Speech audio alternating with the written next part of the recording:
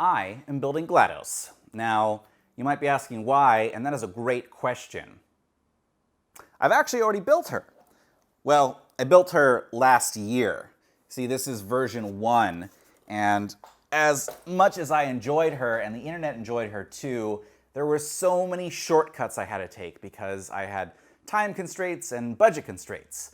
And now I don't have any of those, except for the budget one. I still have a limited amount of money. But I do have a lot of free time, and I'm super into animatronics now, and I want to take on something that's more challenging. And what's more challenging than everyone's favorite evil AI?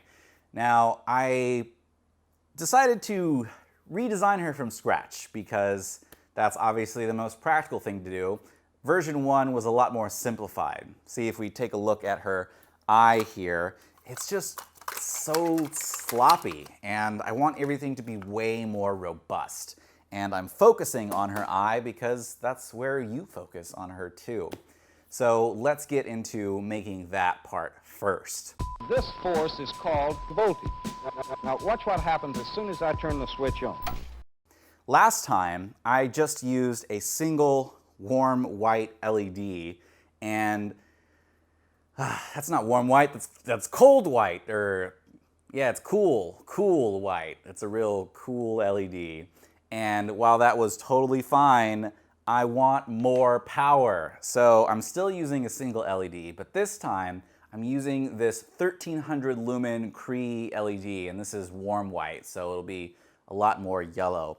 Anyway, I've gone ahead and machined an aluminum heatsink for this because this draws quite a bit more power than the other LED. Now, I could go into all the details of how this is going to come together, but why don't I assemble her eye and we'll see it firsthand. All right.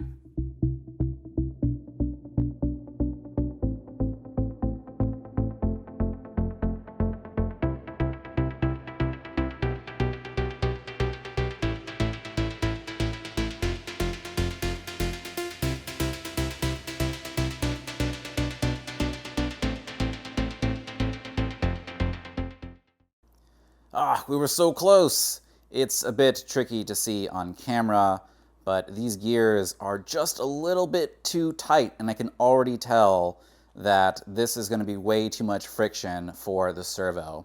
But you can get the idea that when one gear rotates, the other moves in the opposite direction.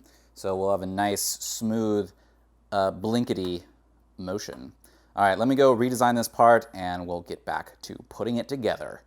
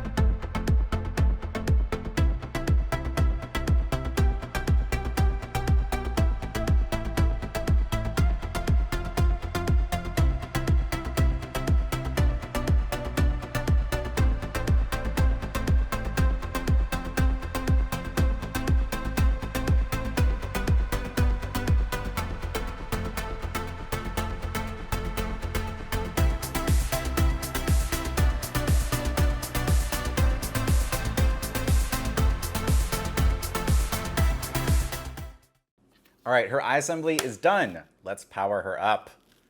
So I've got her eye set up and temporarily hooked up to an Arduino just to test out the range of the servo.